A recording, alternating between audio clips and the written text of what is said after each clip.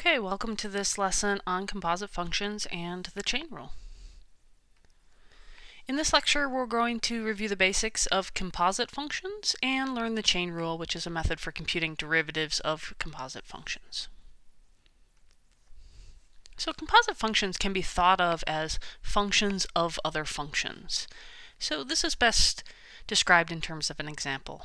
If you look at the function f of x equals x cubed, and g of x equals 1 plus x, then we call the composite f circle g, which is notation you may have seen before.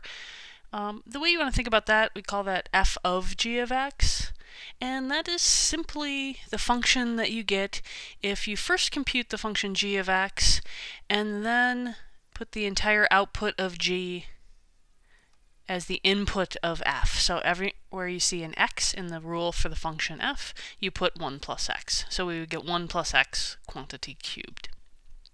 We sometimes call the function f the outside function and the function g the inside function when we're talking about composite functions.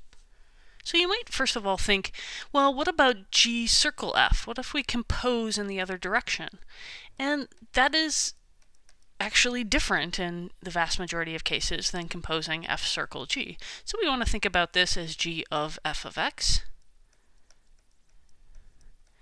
And that means we compute f of x, which is x cubed, and then we put an x cubed everywhere we see an x in the rule for g. So I see an x right there, I would put 1 plus x cubed.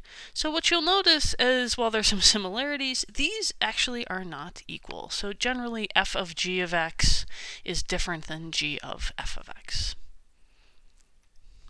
Okay, so the chain rule is going to help us determine the derivative of these more complicated composite functions, and there are a couple different notations, and we should get used to using both of them. So let's start out with a function y, which is a function of the variable z, and z, which is a function of the variable t. If they're both differentiable functions, meaning they have derivatives, then we can take a derivative of the composite, which is f of g of t, and we can think about that as the derivative of y with respect to the variable t is just the derivative of y with respect to z times derivative of z with respect to t. And one way to help you remember this notation is you can think of these a little bit like fractions, and those dz's cancel and you're left with dy over dt. In the notation that we're most used to using, you want to think about taking the derivative of a composite function f of g of t, and the first thing you do is recognize what the outside function is. It's that function f. You compute the derivative of the outside function, but you leave whatever is inside f alone, and then you multiply by the derivative of what was inside. So let's look at a couple examples. If I've got a function 1 plus t squared, all to the 4th power, that's a composite because that function 1 plus t squared is inside that function that's raising that whole thing to the power 4. So the outside function is t to the 4th, basically. So if I want to take a derivative of the outside, I do a power rule, I bring that 4 down in front, I subtract 1 from the power and I get a 3, and I leave the inside function alone, and then I multiply by the derivative of what's inside, which is 0 plus 2t. Okay, if we look at the second example here, if f of x equals e to the 5x, that also is a composite function. The outside function is e to the x, and the inside function is 5x. So the derivative of e to the x is just e to the x, so I take e to whatever was inside, I kind of leave that thing alone, and then I multiply by the derivative of what was inside, and the derivative of 5x is 5. So another example, g of x equals sine of 3x to the 5th. We know how to compute the derivative of sine of something. That's cosine of that thing, so we leave that alone. And we take the derivative of what's inside, and we just use a power rule here, so the 5 comes down, and we get 3 times 5, which is 15, x to the 4th. Okay, so let's look at some examples in a more applied context. So someone's looking at a situation where you're wanting to know how the amount of gas you use is sensitive to how much you drive or how long you're driving. So let's assume the amount of gas in gallons, G, is consumed by a car and it depends on the distance traveled, S, in miles. So basically what we're thinking about is G is a function of S.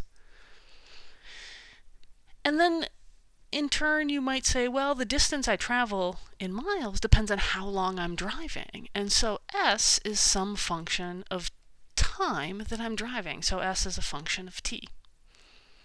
So assume that the rate at which gas is consumed is 0.06 gallons for each mile traveled,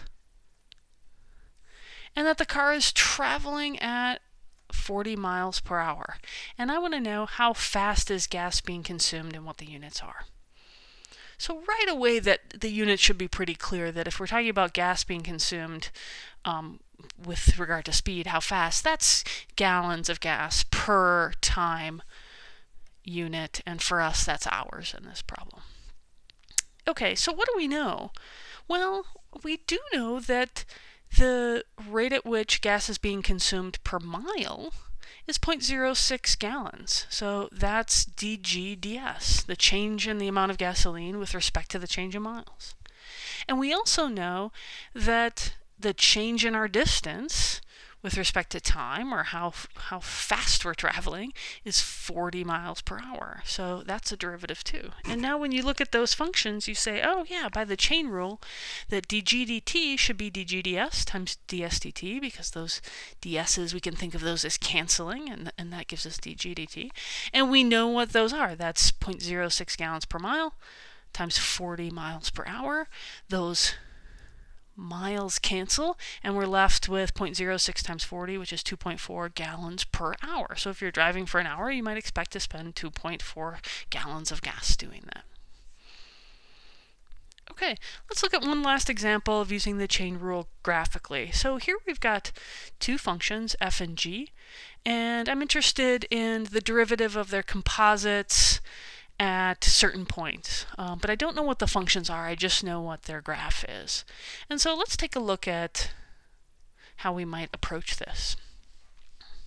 So if I'm interested first in the derivative of f of g of x at x equals 30, that screams out for a chain rule, and I immediately say, okay, yeah, I can take the derivative of f, which is f prime, and leave g alone inside there, and then multiply by the derivative of that inside function, which is g prime. And I've already plugged in x equals 30 just to save some space here on the slides. So now I need to actually look at these graphs and say, okay, what can they tell me about what these numbers are?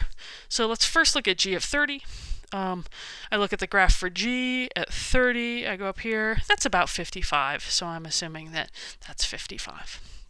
G prime of 30, I don't have a graph of g prime, but if you think about what derivatives mean in terms of slopes, that's really just the slope of the graph of g at x equals 30. So if I look here and I think, what's that slope? Well, you can think about computing slope by rise over run. That's about 20. That's about 40. So we might say that slope is 20 over 40, or 1/2, and that's what I assumed here. So it looks like I'm interested in finding out f prime of 55. Again, that's a derivative at x equals 55, so maybe right about here.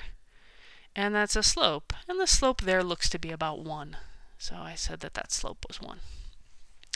So my estimation for the derivative of f prime, f of g of x prime at x equals 30 is about 0.5. So if you look at the second example, it's a pretty similar calculation. You just need to do the chain rule of the other composite function, g prime of f of 70 times f prime of 70. Estimate those from the graph and you're in business. Okay, so what I'd like you to do is do a little reflecting and ask yourself if you can identify composite functions, describe what the outside function is versus the inside function, and then use the chain rule to compute derivatives of composite functions, and also evaluate a derivative of a composite using graphical information. Okay, thanks for listening.